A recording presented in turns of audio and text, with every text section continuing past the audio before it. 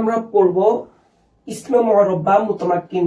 16 প্রকারের ইসিমের ষষ্ঠ প্রকার যে ইসিমটা আছে ওই ইসিম সম্পর্কে এখন আমরা পড়ব। ষষ্ঠ প্রকারের ইসিমটা হচ্ছে আসমাউন সিত্তাতুন। আসমাউন এটা হচ্ছে ইসমুনের বহুবচন আসমাউন, এবং সিত্তাতুন অর্থ হচ্ছে 6। আসমাউন সিত্তাতুন অর্থ হবে 6টি ইসিম। এই ষষ্ঠ প্রকারের ইসিমের জন্য এরাব হবে, চতুর্থ প্রকারের এরাব হবে। তো এখন আমরা জানবো যে এই 6টি ইসিমগুলো কি কি, এবং ইসিমগুলোর এরাব সম্পর্কে, এবং তার এরাব হওয়ার জন্য নির্দিষ্ট 3টি শর্ত আছে। ওই শর্তগুলো ইনশাআল্লাহ আমরা জানবো। তো আপনারা দেখেন,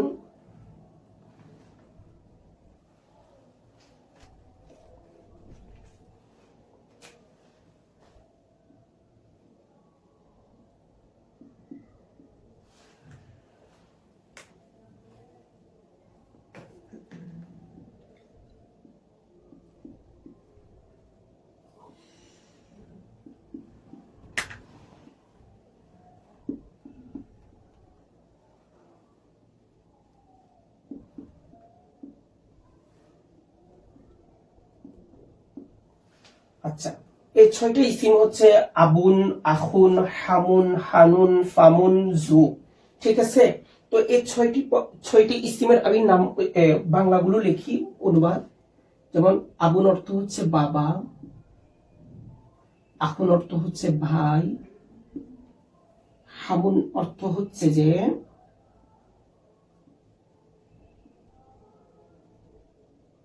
শ্বশুর বা, এবং হানুন অর্থ হচ্ছে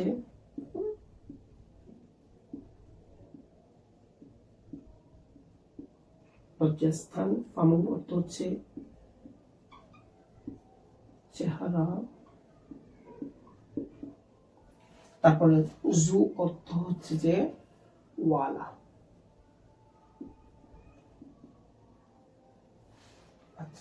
দেখেন, আসমাউন সিত্তাতুন, এই 6টি ইসিম। আসমাউন সিত্তাতুন অর্থ হচ্ছে 6টি ইসিম। 6টি ইসিম গুলো হচ্ছে আবুন, আখুন, হামুন, হানুন, ফামুন, জু। আবুন অর্থ হচ্ছে বাবা, আখুন অর্থ হচ্ছে ভাই, হামুন অর্থ হচ্ছে যে শ্বশুর বা দেবর, দুইটাই হয়ে থাকে।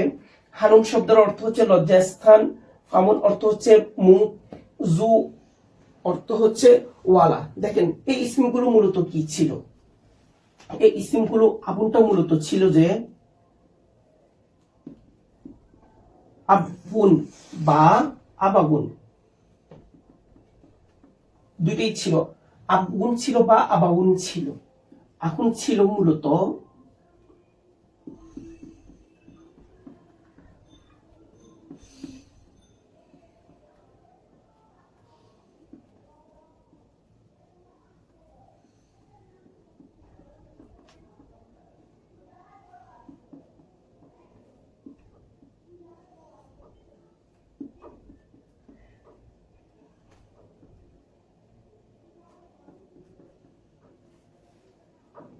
আর দেখেন, ফামুনটা মূলত ছিল ফাউহুন, ফাউহুন ছিল। আর জুটা মূলত ছিল জাওয়াবুন। ঠিক আছে। তো এই যে 6টি ইসিম, আবুন মূলত আবুন বা আবাবুন ছিল, আখুন মূলত আখাবুন বা আখবুন ছিল, হামুনটা মূলত হামবুন বা হামাবুন ছিল, হানুনটা মূলত হানবুন বা হানাবুন ছিল, ফামুনটা ছিল যে ফাউহুন ছিল, এবং জুটা মূলত কি ছিল? জাওয়াবুন ছিল। ঠিক আছে। তো এই 6টি ইসিম এর মূলত কেমন ছিল, এর অর্থ কি, সেগুলো আমরা জানলাম। এই 6টি ইসিমের নির্দিষ্ট এরাব আছে। এই এরাবটা হচ্ছে হালতে রফার মধ্যে হবে ওয়াও দ্বারা, হালতে নসবের মধ্যে হবে আলিফ দ্বারা, এবং হালতে জরের মধ্যে হবে ইয়া দ্বারা। আমরা 6ষ্ঠ প্রকার এরাব থেকে, এটা হচ্ছে এরাব বিল হরফ, এখান থেকে আমাদের 12 নম্বর পর্যন্ত এরাব বিল হরফ চলবে। তারপরে গুলো ইনশাআল্লাহ আলোচনা করলে আপনারা দেখবেন। তো আমরা যে 6টি ইসিম পড়লাম, 6ষ্ঠ প্রকারের আসমাউন সিত্তাতুন, যে 6টি ইসিম গুলো পড়লাম, ওই 6টি ইসিমের এরাব দেখেন। হালত রফা হবে ওয়াও দ্বারা, হালত নসব হবে আলিফ দ্বারা, হালত জর হবে ইয়া দ্বারা। তাহলে আসমাউন সিত্তাতুন যে 6টি ইসিম রয়েছে আবুন, আখুন, হামুন, হানুন, ফামুন, যু, এই 6টি ইসিম গুলো হালত রফা হবে ওয়াও, হালত নসব হবে আলিফ, হালত জর হবে ইয়া। এই এরাবটা হওয়ার জন্য 3টি শর্ত রয়েছে,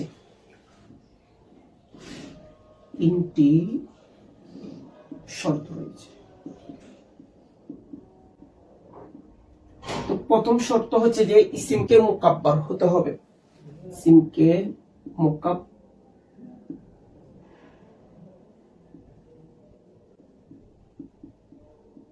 মুকাব্বার হতে হবে। মুকাব্বার হতে হবে মানে এই 6টি ইসিম তাসগীরের ওজনে যখন আসবে না, এই ইসিমগুলো যখন, এই 6টি ইসিমগুলো যখন তাসগীরের ওজন থেকে মুক্ত হবে, তাসগীরের ওজনের মধ্যে হবে না, তখন ওই ইসিমগুলোকে মুকাব্বার বলা হয়, অর্থাৎ মুকাব্বার হওয়া। মুকাব্বার হওয়া মানে হচ্ছে যে তাসগীর না হওয়া, তাসগীর না হওয়া। ঠিক আছে, তো এখন তাসগীর সম্পর্কে একটু তথ্য দিই। তাসগীরের 3টা ওজন রয়েছে, মুসাগগারের 3টা ওজন রয়েছে, যেমন আপনারা দেখেন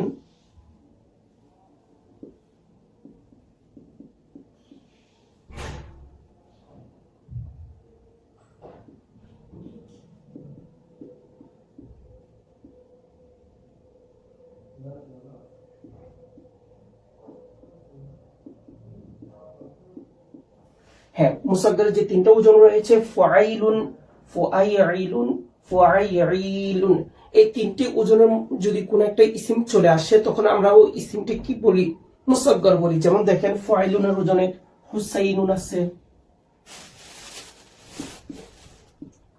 হুসাইনুন আছে, তারপরে আপনার হুরাইরুন আছে, যেমন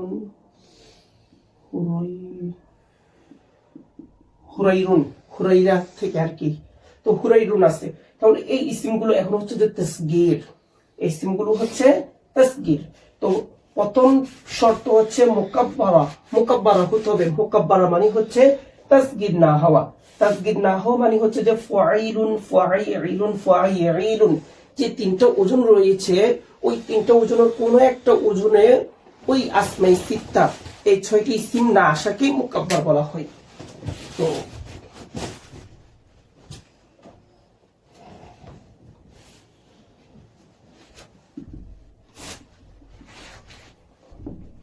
আমরা এখন দ্বিতীয় শর্তটা পড়ব। দ্বিতীয় শর্ত হচ্ছে যে মুওয়াহহাদা হবে।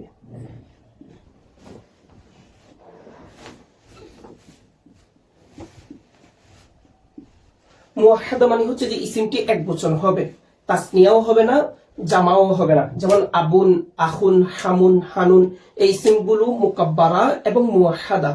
শুধু মুকাব্বারা এবং মুওয়াহহাদা হলে হবে না।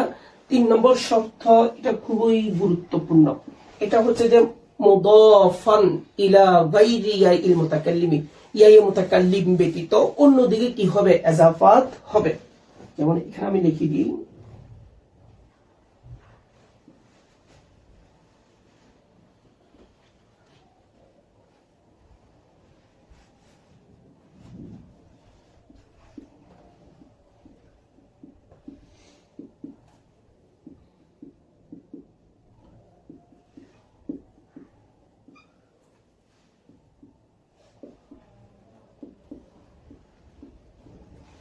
ইয়ায়ে মুতাকাল্লিম ব্যতীত অন্যদিকে ইজাফাত হবে। যেমন আপনারা দেখেন, উদাহরণস্বরূপ আমি যদি আবুন অর্থ বাবা, তো আমি বললাম যে আমার বাবা, আমার বাবার মধ্যে, তো এটার আরবিটা কি হবে, আবি। তাহলে আবি অর্থ হচ্ছে যে আমার, আমার বাবা। তাহলে আমার বাবা, তাহলে বাবাকে ইজাফাত করা হয়েছে না, কার দিকে ইজাফাত করা হয়েছে, আমার দিকে। তো আমার অর্থটা কোত্থেকে তুলতেছি, এই যে ইয়া থেকে। ঠিক আছে, এই ইয়াটাকে বলা হয় ইয়ায়ে মুতাকাল্লিম। তাহলে আবুনটা এটা দেখেন আপনারা, আবুন প্লাস ইয়ায়ে মুতাকাল্লিম, এটা এখন কি হয়ে যাবে, এই যে আবি, এই ইয়াটাকে বলা হয় ইয়ায়ে মুতাকাল্লিম। তো আমাদের 3 নম্বর শর্তের মধ্যে বলা হচ্ছে ইয়ায়ে মুতাকাল্লিম ছাড়া অন্যদিকে ইজাফাত হবে। তাহলে আবি অর্থ হচ্ছে আমার বাবা, আবি আমার বাবা। হ্যাঁ, তাহলে আবি হতে পারবে না, আবি ছাড়া অন্য কিছু হতে পারে, যেমন আবুহু তার বাবা, আবুকা তোমার বাবা। তাহলে তার বাবা তোমার বাবা যখন বলা হবে তখন সেটাই ইয়াই মুতাকাল্লিমকে বুঝাচ্ছে না। ইয়াই মুতাকাল্লিম মানে যে ইয়াটা আমার অর্থ দেয় সেটাকে ইয়াই মুতাকাল্লিম বলে। আর এই ইসিমগুলো ইয়াই মুতাকাল্লিম ছাড়া অন্যদিকে ইজাফাত হতে হবে, যেমন